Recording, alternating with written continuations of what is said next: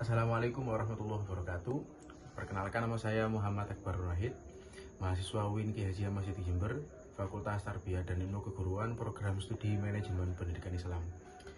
Di sini saya akan menjelaskan sebuah buku yang pernah saya baca dan akan saya baca kembali karena menurut saya sangat menarik. Dalam hal ini untuk memenuhi tugas mata kuliah Manajemen Perpustakaan dengan dosen pengampu Bapak Fikru Mahfar MIP. Buku yang saya maksud adalah Madilog, karya Tan Malaka. Saya ingin menjelaskan poin-poin pentingnya saja dari prolognya, yaitu yang pertama adalah buku karya Tan Malaka ini menjelaskan tentang bagaimana kita memutus rantai logika mistik menurut buku ini. Tan Malaka merasa prihatin melihat rakyat Indonesia yang saat itu masih terpaku pada sesuatu yang bersifat gaib, seperti tahayul atau klinik dan sebagainya. Beliau berpendapat bahwa selama bangsa Indonesia masih terpikat oleh semacam logika mistik tersebut, maka mereka tidak akan pernah bisa merdeka secara utuh. Yang kedua, Madilog itu adalah sebagai senjata berpikir. Nah, Tan Malaka menjelaskan atau menegaskan dalam buku ini, menurut beliau, Madilog itu datang bukan sebagai dogma atau agama baru, akan tetapi adalah sebuah cara berpikir. Madilog kan singkatan dari materialisme, dialektika, dan logika. Materialisme itu melihat dunia berdasarkan kenyataan benda atau materi, bukan hayalan.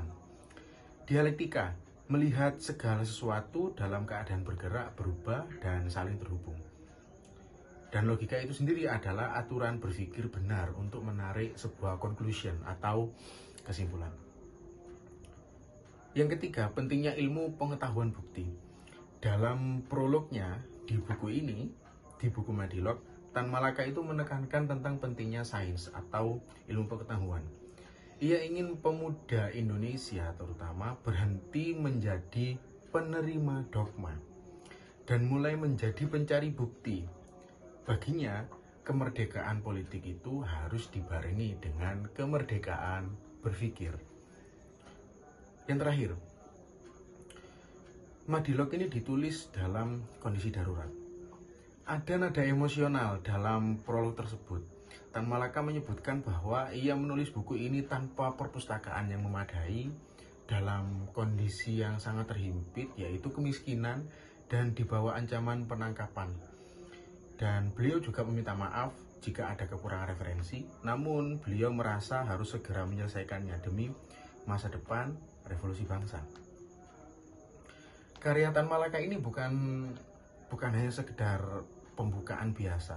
Ini adalah sebuah manifesto intelektual yang ditulis dalam kondisi yang sangat sulit.